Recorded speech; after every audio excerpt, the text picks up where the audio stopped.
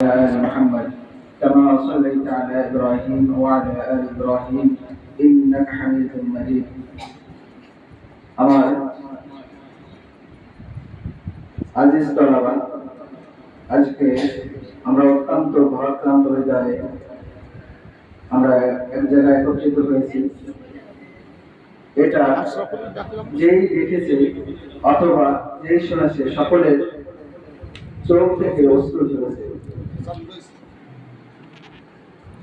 কালকের যে ঘটনা, এই ঘটনাকে কেন্দ্র করে আল্লাহ রাব্বুল আলামিনের ওই আয়াতটা বারবার স্মরণ হচ্ছে, আইনামা তাকুনু ইউদরিকুমুল মাউত ওয়ালাউ কুনতুম ফি বুরুজিন মুশাইয়াদা।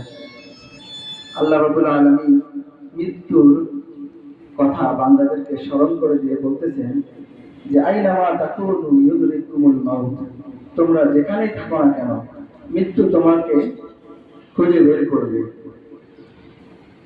আগামীকাল যে ছাত্ররা স্কুলে লেখাপড়া করত, তোমাদের মতোই হাসি খুশি হয়ে তারা স্কুলে এসেছিল, মা বাবার সাথে এসেছিল, মা বাবা অত্যন্ত আনন্দের সাথে তারা স্কুলে বাচ্চাদেরকে পাঠিয়েছিল। কিন্তু কেউ জানতো না যে হয়তো আমার সন্তান আর ফিরে আসবে না। কেউ জানতো না যে আমার সন্তানের এই শেষ বিদায়। শুধু তাই নয়,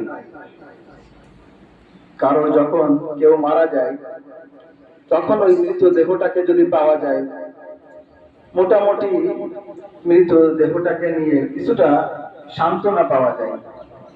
কিন্তু যে সমস্ত আমাদের অভিভাবকদের সন্তানগুলো হারিয়েছে, অনেকের লাশটাও খুঁজে পাওয়া যায়, যে লাশটাকে জড়িয়ে ধরে তার কলিজার টুকরাকে একটু চুমু খাবে, শেষ চুমু খাওয়া, অথবা তার সন্তানদেরকে একটু শেষ কোলে কোলে নেবে, এরকম সুযোগও তাদের হয় না।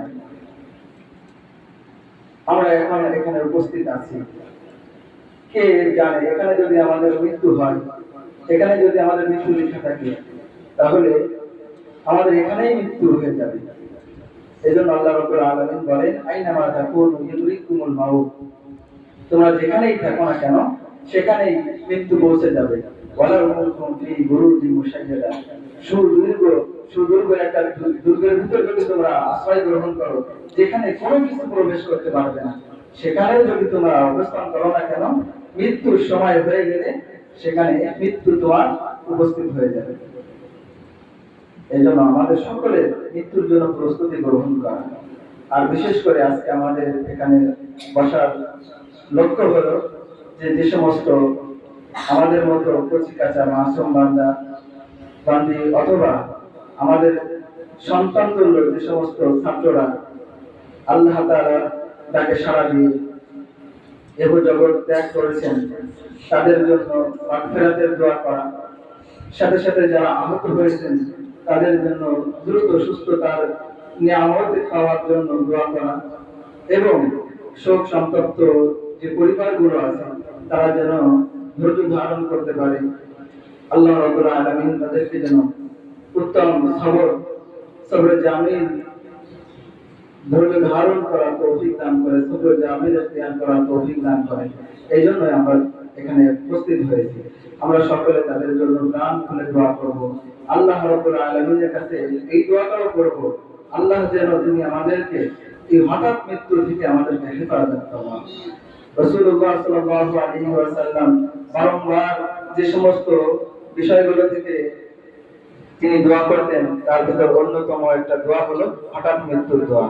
এই যে হঠাৎ মৃত্যু থেকে পানাহ চাওয়ার একটা দোয়া করতেন, যে হঠাৎ মৃত্যু থেকে আমাকে হেফাজত করো। যে হঠাৎ মৃত্যু আসলে কালেমা পড়ার সৌভাগ্য হয় না।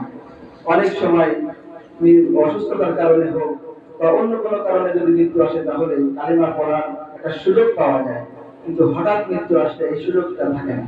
এজন্য আমরা সকলে দোয়া করব আল্লাহ তাআলা যেন এই হঠাৎ মৃত্যু থেকে, এই বিপদ থেকে আমাদেরকে যেন হেফাজত ফরমান। এবং পুরো বাংলাদেশের ভিতর আমরা সকলে কম বেশি জানি একটা অস্থিতিশীল একটা পরিবেশ আমরা লক্ষ্য করছি। আল্লাহ তাআলার কাছে দোয়া করব আমাদের দেশকে যেন শান্তির দেশ হিসেবে কবুল করে নেন। বাংলাদেশ যেভাবে সামনের দিকে অগ্রসর হচ্ছিল, আল্লাহ রাব্বুল আলামিন যেন এর থেকে সুন্দরভাবে বাংলাদেশের ভবিষ্যৎকে আল্লাহ তাআলা আরো সুন্দর করে দিক। বিশেষ করে বাংলাদেশের যে সংবিধান আছে, এই সংবিধান যেন কোরআনী সংবিধান হয়। বাংলাদেশের আগামী একজন যেন পরিচালক, এমন একজন পরিচালক বাংলাদেশের জন্য হয় যিনি কোরআনকে সবার উপরে রাখবে। আল্লাহ রাব্বুল আলামিনের কাছে দোয়া করি, আল্লাহ রাব্বুল আলামিন আমাদের এমন একজন রাষ্ট্রনায়ক দান করুক যিনি কোরআন সুন্নাহ ছাড়া অন্য কোনো কিছু বুঝবেন না। আল্লাহ রাব্বুল আলামিন আমাদের দেশকে হেফাজত করেন, আমাদের দেশের মানুষকে হেফাজত করেন, সর্বোপরি আমাদের সকলকে আল্লাহ রাব্বুল আলামিন সমস্ত প্রকার বিপদ আপদ থেকে হেফাজত ফরমান। আল্লাহ রাব্বুল আলামিন আমাদের সকলকে দ্বীনের জন্য কবুল করে নেন।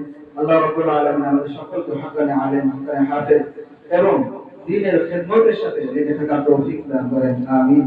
ওয়া আখিরু দাওয়ানা আলহামদুলিল্লাহি রাব্বিল আলামিন।